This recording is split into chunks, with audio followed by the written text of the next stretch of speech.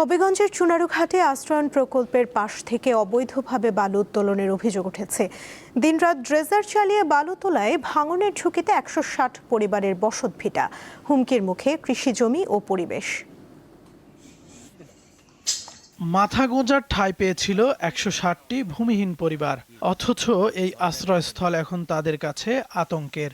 হবিগঞ্জের চুনারুঘাটের বনগাঁও আশ্রয়ণ প্রকল্পের পাশ দিয়ে বয়ে গেছে খোয়াই নদী। এখানে বসানো হয়েছে অন্তত ১৫টি ড্রেজার। দিন রাত চলছে বালু উত্তোলন। স্থানীয়রা বলছেন, এভাবে নদীর তলদেশ থেকে বালু তোলায় বাড়ছে ভাঙনের ঝুঁকি। হুমকিতে পড়েছে আশ্রয়ণ প্রকল্পের ঘরবাড়ি, কৃষিজমি ও নদীর পার। যারা বালু তুললে মনে করেন দিছে, আর বিশেষ করে হইলো যে পারগুলা যে এগুলা ভাঙ্গা ফুরিয়ে যেতেছে সম্পূর্ণ। আমরা তো এখন বালু তুলতেছে তো মনে করেন 1 বছর ধরে।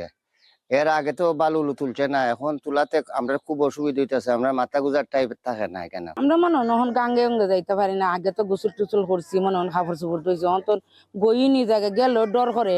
অভিযোগ রয়েছে, প্রকল্প সংলগ্ন ১৩টি পরিবারের জমি দখল করে তৈরি করা হয়েছে বালুর ডিপো। প্রতিবাদ করেও প্রতিকার মিলছে না বলে জানান ভুক্তভোগীরা।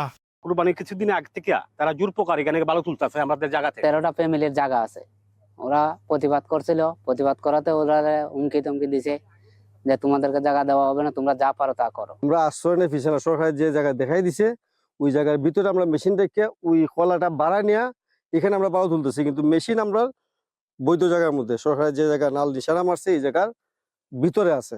বালুমহালের সীমানা নির্ধারণের কোনো দৃশ্যমান চিহ্ন নেই। অভিযোগের সত্যতা যাচাই করে ব্যবস্থা নেওয়ার কথা জানিয়েছে জেলা প্রশাসন। বলেছেন যে 500 মিটার দূর থেকে তোলে, তা আমাদের কাছে তথ্য আছে যে তার চেয়েও বেশি দূরে আছে। যদি নিকটে গিয়ে থাকে এবং এই কাজ কেউ করে থাকে তাহলে আমরা অবশ্যই ব্যবস্থা নিব। তাদের বিরুদ্ধে আইনগত ব্যবস্থা নেওয়ার জন্য আমি উপজেলা নির্বাহী অফিসারকে বলব। প্রায় ২৭ কোটি টাকায় রাজার বাজার বালুমহালের ইজারা পেয়েছে রাহি ট্রেডার্স নামের একটি প্রতিষ্ঠান। কাউসার আহমেদ, দীপ্ত, বার্তাকক্ষ।